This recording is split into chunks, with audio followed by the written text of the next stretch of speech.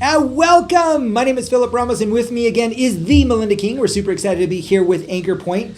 What we're going to be doing here is going to go through a couple different frequently asked questions that we get all the time as certified Gallup strengths coaches, things that we hear, things that we see, things that come in all the time to us. We want to make them available for you to answer them, to make sure you know what's going to be asked. Now, one of the biggest questions we get all the time, and I still get it all the time, is should I retake my assessment? I took it once, right? I took it 5 years ago, 10 years ago. When should I take it, or should I take it? So how would you answer that, Melinda? I know, right? I wonder if we're about to fight. I know, right? No, that's not when. Just right, so this is typically how I answer the question. No.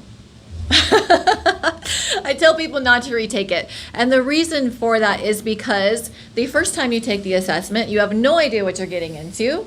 And you answer with authenticity from your heart without any foreknowledge of your results. I do think sometimes people take it and maybe their boss told them to take it. So now they're trying to answer questions to please their boss. And they're like, ooh, I think these questions will make me look good, so I'm going to answer this way, and it's not authentic. But that first time typically is the most pure, authentic results. And after you've gotten it, after you've understood the strengths, when you retake it, a little bit of bias comes in, right? You start to answer those questions a little differently because you know what they're trying to get at now, right? So to me, it's not as honest the more you go on. And so I tell people, take it once, stick with your results, invest in that unless you really feel like you were not being honest and authentic the first time, right? If there was an outside pressure, or maybe you were taking it and your kids were coming in the room and you lost track of time and you missed 20 questions, right? For those reasons, there have been a few times where someone was like, I took this 15 years ago and I feel I am absolutely a different person now. Sure. Go take it again. Yeah. Right? No one's going to stop you. It's not going to hurt anything. But then choose. When you get your results, don't pick from this pile and this from this pile, Correct. Right? Choose one assessment and go with it and never look back. Correct. There were a couple other times I had someone who had a traumatic brain injury from a car accident, and they literally felt they had a different personality. Yeah. Sure, go ahead and retake it. Gallup wants your money, right? Take it as many times as you want. They'll give you the test. But yeah, 9 times out of 10, I'm going to just tell you no. Okay, we're not going to fight because I absolutely agree on this one. Totally agree on this one.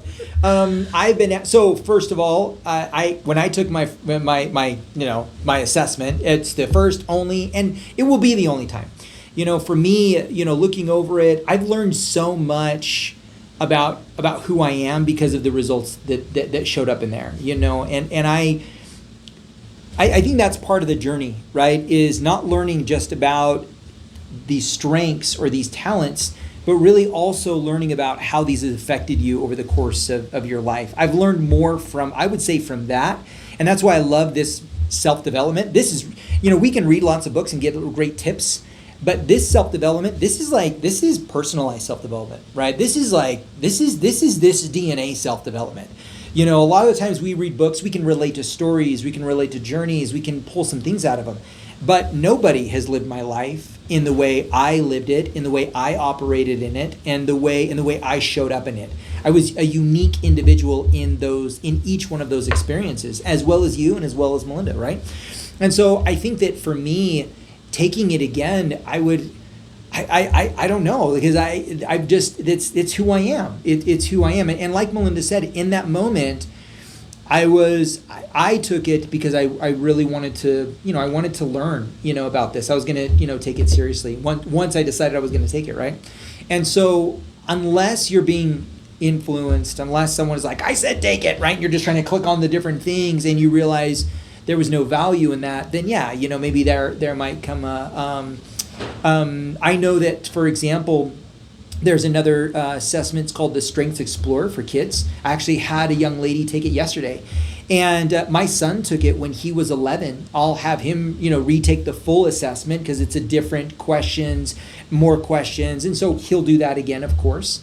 But yeah, I've also had people up to recently want to take the test again and specifically because they went through a change in their relationship that they thought their results would be different. And they, even though they still chose the first assessment because it was more true to who they were, right?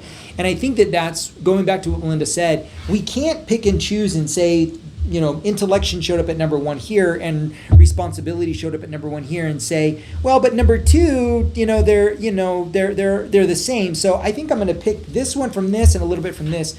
And you really can't, And I think that that's one of the reasons why, if we're constantly searching for personality, right? Our personality it changes based on our personal reality.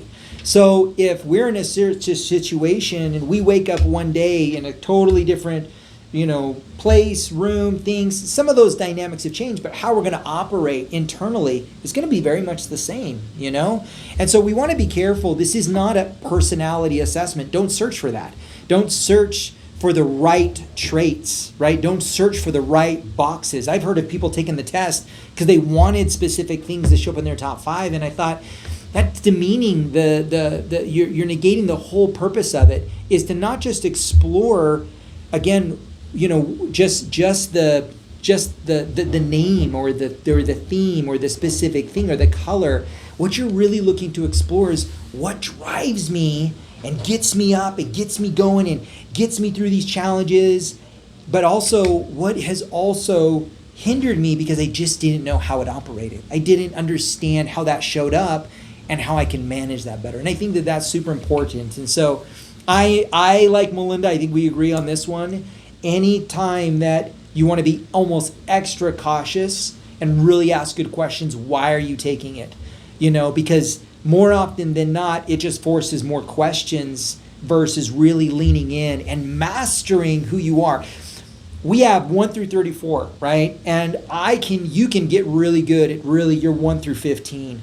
I feel like I'm still mastering my 1 through 5. I know where my 6 through 10 is, but I feel like I'm really mastering who I am, right, in that 1 through 5. And to think that all of a sudden I take it for that to change, no gracias. No, right? Yeah, I'm you've good. invested in that person and you like that person. Love right? this You're kind guy. of attached to that person. Yeah. And like when we look at retest reliability, Gallup Clifton Strengths does have the highest rating amongst any other talent assessment or personality assessment for that matter. So you may see some slight shuffling because it's 177 questions and it would be nearly impossible for you to answer every single one the same exact way you did the other time. Yeah. You can just be hungry the second time and there's gonna be some differences, right? So you will see some slight shuffling, but in all reality, it's gonna remain quite stable. Yeah, right. For Most people see just some slight variations. So stick with what you got, unless you want to convince me otherwise.